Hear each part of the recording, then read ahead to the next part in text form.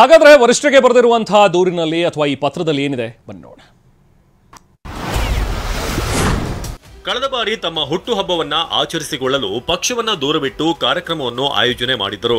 ಪಕ್ಷದ ಚಿಹ್ನೆಯ ಜೊತೆಗೆ ಕಾರ್ಯಕ್ರಮವನ್ನು ಮಾಡಿದ್ದರೆ ಪಕ್ಷಕ್ಕೆ ಮತ್ತಷ್ಟು ಬಲ ಬಂದಂತಾಗುತ್ತಿತ್ತು. ಇದೇ ಡಿಸೆಂಬರ್ 5ರಂದು ಹಾಸನದಲ್ಲಿ ಸ್ವಾಭಿಮಾನಿಗಳ ಹೆಸರಿನಲ್ಲಿ ಕಾರ್ಯಕ್ರಮ ಮಾಡಲಾಗ್ತಿದೆ. ತಮಗೆ ಅಧಿಕಾರ ಕೊಟ್ಟಿರುವ ಕಾಂಗ್ರೆಸ್ ಪಕ್ಷ ಮತ್ತು ಸರ್ಕಾರವನ್ನ ದೂರವಿಟ್ಟು ಕಾರ್ಯಕ್ರಮ ಆಯೋಜನೆ ಮಾಡಲಾಗ್ತಿದೆ.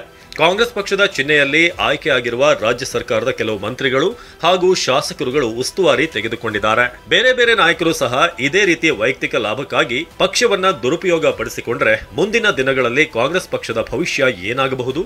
ಕಾರ್ಯಕ್ರಮದ ಎಲ್ಲ ರೂಪುರೇಷೆಗಳನ್ನ ಕಾಂಗ್ರೆಸ್ ನಾಯಕರು ಕಾಂಗ್ರೆಸ್ ಕಚೇರಿಯಲ್ಲಿ ಮಾಡುತ್ತಾರೆ. ಆದರೆ ಕಾರ್ಯಕ್ರಮಕ್ಕೆ ಮಾತ್ರ ಕಾಂಗ್ರೆಸ್ ಪಕ್ಷದ ಚಿಹ್ನೆ ಬಳಸುತ್ತಿಲ್ಲ. ಕಾಂಗ್ರೆಸ್ ಚಿಹ್ನೆ ಮಾತ್ರ ಯಾಕೆ ಬೇಡ? ಈ ಬಗ್ಗೆ ಸೂಕ್ಷ್ಮವಾಗಿ ಮತ್ತು ಶೀಘ್ರವಾಗಿ ಕ್ರಮ ಕೈಗೊಳ್ಳಬೇಕು. ಸ್ವಾರ್ಥವಿಲ್ಲದೆ ಪಕ್ಷಕ್ಕಾಗಿ ದುಡಿಯುವಂತ ನಿಷ್ಠಾವಂತ ಕಾರ್ಯಕರ್ತರಿಗೆ ಧೈರ್ಯ ತುಂಬುವ ಕೆಲಸ ಮಾಡಬೇಕು. ಸಚಿವರಿಗೆ, ಶಾಸಕರುಗಳಿಗೆ ತಿಳಿ ಹೇಳಿ ಪಕ್ಷದ ಚಿಹ್ನೆಯಲ್ಲಿ ಕಾರ್ಯಕ್ರಮ ಆಯೋಜನೆ ಮಾಡಲು ನಿರ್ದೇಶನ ನೀಡಬೇಕು.